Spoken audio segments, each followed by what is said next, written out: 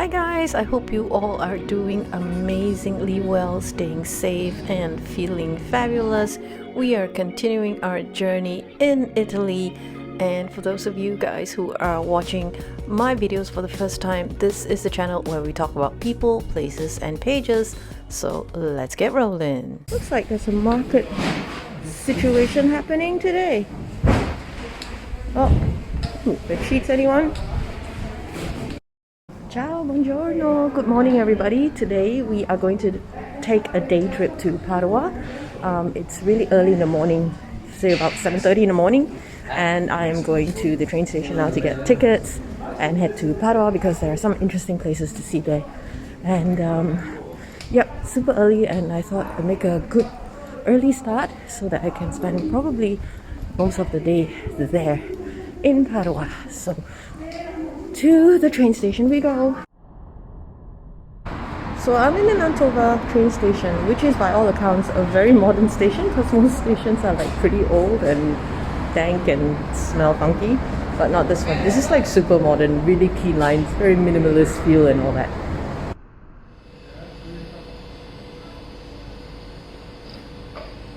Okay, so we've been told that the ticketing system is down, so we can't buy our tickets.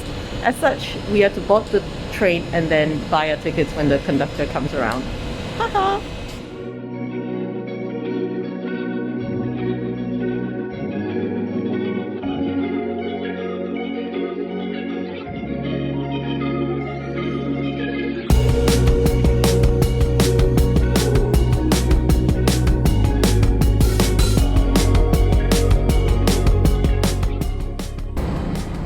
Everybody, we are now in Verona and we're waiting for our train to a transfer here that will take us to Padua, and we should reach there at about 14 to 15 minutes past 10. Sun's out. There you go.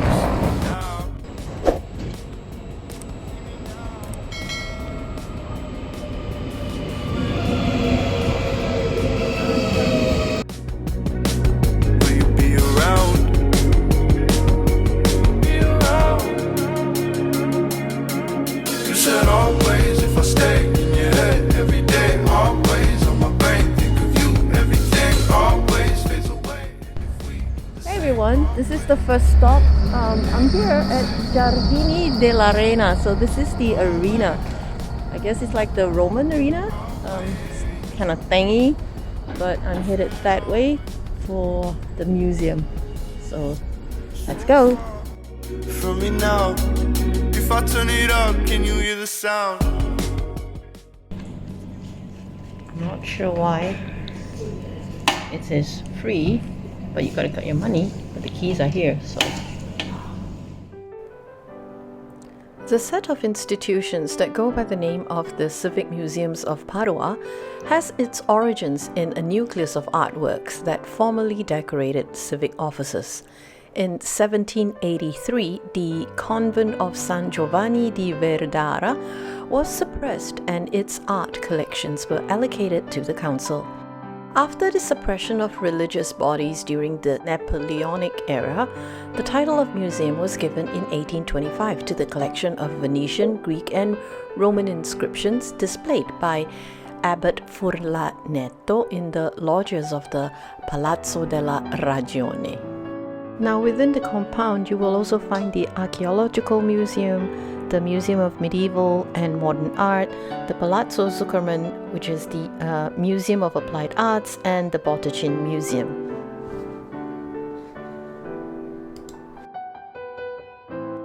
I loved this painting, and I especially love how this cute little angel was just looking out from the side. And a lot of times when you look at, paintings like this, it's not what is like the first thing that grabs you, but it's kind of like all the little details, just like this one here. This little child with the ball in hand, and also look at the ribbons on the slippers. It's just amazing, and the amount of details, it's absolutely stunning.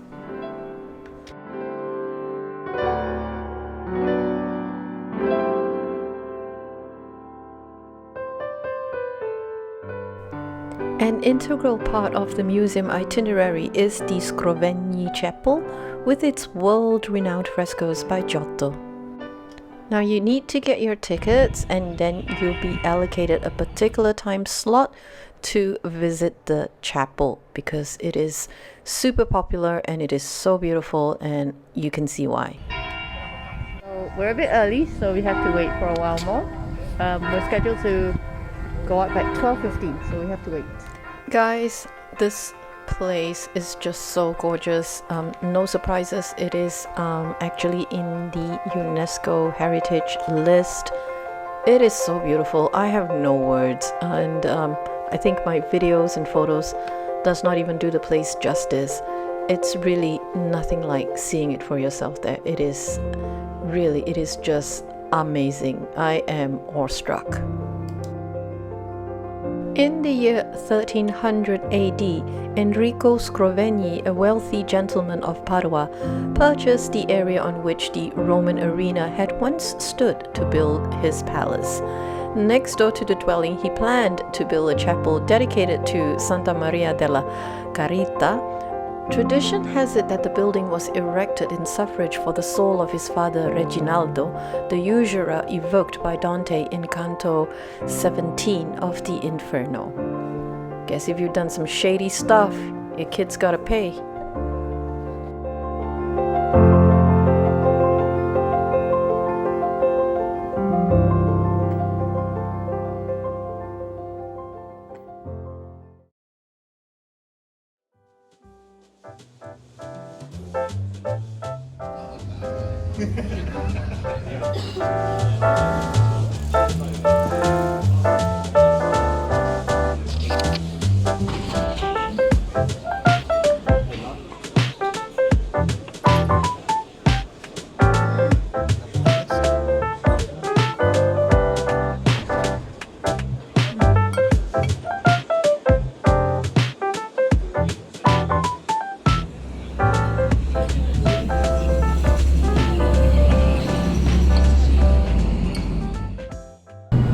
So that was a super satisfying lunch, and now it's probably close to 2 o'clock.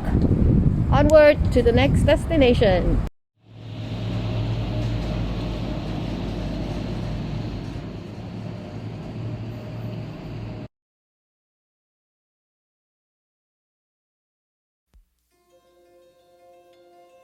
Oh, check this out, guys. Isn't that gorgeous? It's like everywhere I go, I see things like this. It's just so amazing. Alright, we're gonna go inside and take a closer look at things. Temperatura corporea normale. Alright, at least we know I'm normal.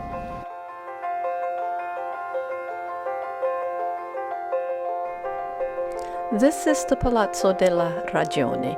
The Great Hall is famous for its architecture, with a distinctive roof reminiscent of the inverted hull of a ship. It is said to be the broadest hall in Europe, with a ceiling unsupported by columns. The interior also contains important examples of the 14th century mural paintings. The works one can see today depict complex astrological subjects inspired by the theme of divine and earthly justice, which was administered here. These reflect the composition of Giotto's original fresco cycle inspired by Pietro d'Abano. There is a horse, a very, very big horse.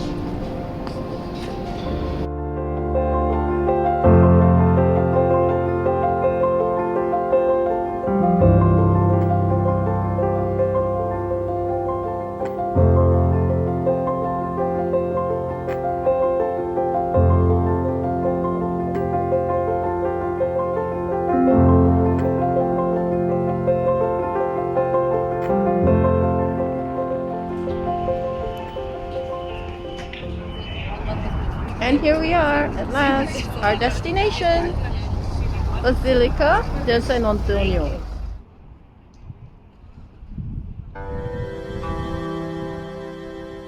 The Pontifical Basilica of Saint Anthony, which the people of Padua call Il Santo, is the most important monument in the city and one of the world's most important art treasures. Recognized by the Holy See as an international shrine, it is also one of Christendom's most celebrated and popular churches. The basilica was initiated in 1232 and its principal part was completed towards the end of that century.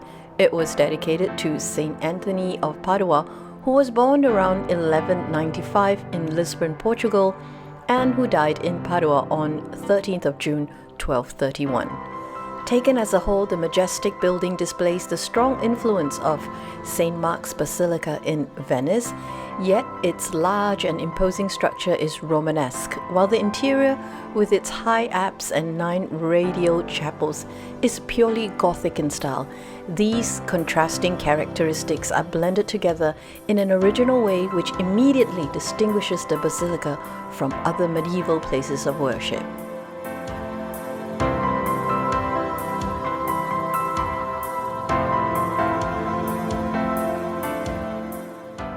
The Chapel of St. Anthony is a splendid Renaissance work begun in 1500 and completed towards the end of that century. The architect was probably Tullio Lombardo, whose model was adopted by A. Riccio Broiosco. The chapel was embellished with the works of some of the greatest Venetian sculptors of the time. This is all that remains of the small church of St. Mary Mater Domini, which had been donated to St. Anthony by Jacopo, Bishop of Padua, in 1229. This is where the saint celebrated Mass, preached, heard confessions and prayed. The saint was buried here from 1231 to 1263. The beautiful Gothic altar with its majestic statue of the Blessed Virgin is the work of French master Renaudin Puydarin. I hope I've pronounced that correctly. If I haven't, I do apologize. The word relic means literally remains. For a Christian, it means in particular the mortal remains of those who have been recognized as martyrs and saints, and in more general terms, to those objects that have been in contact with these mortal remains and which, owing to the divine power present and operating in them, have thereby received consecration from them.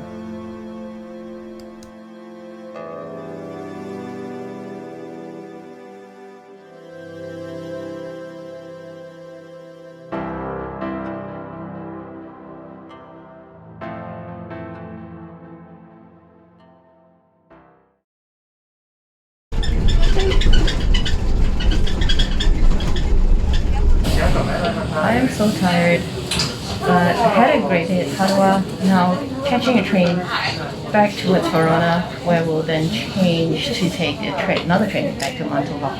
Very tired, but very satisfied. Also, it's my last evening at Mantova, so I just want to enjoy this well as much as I can because the place is so lovely. Check out this train though, it's so colorful.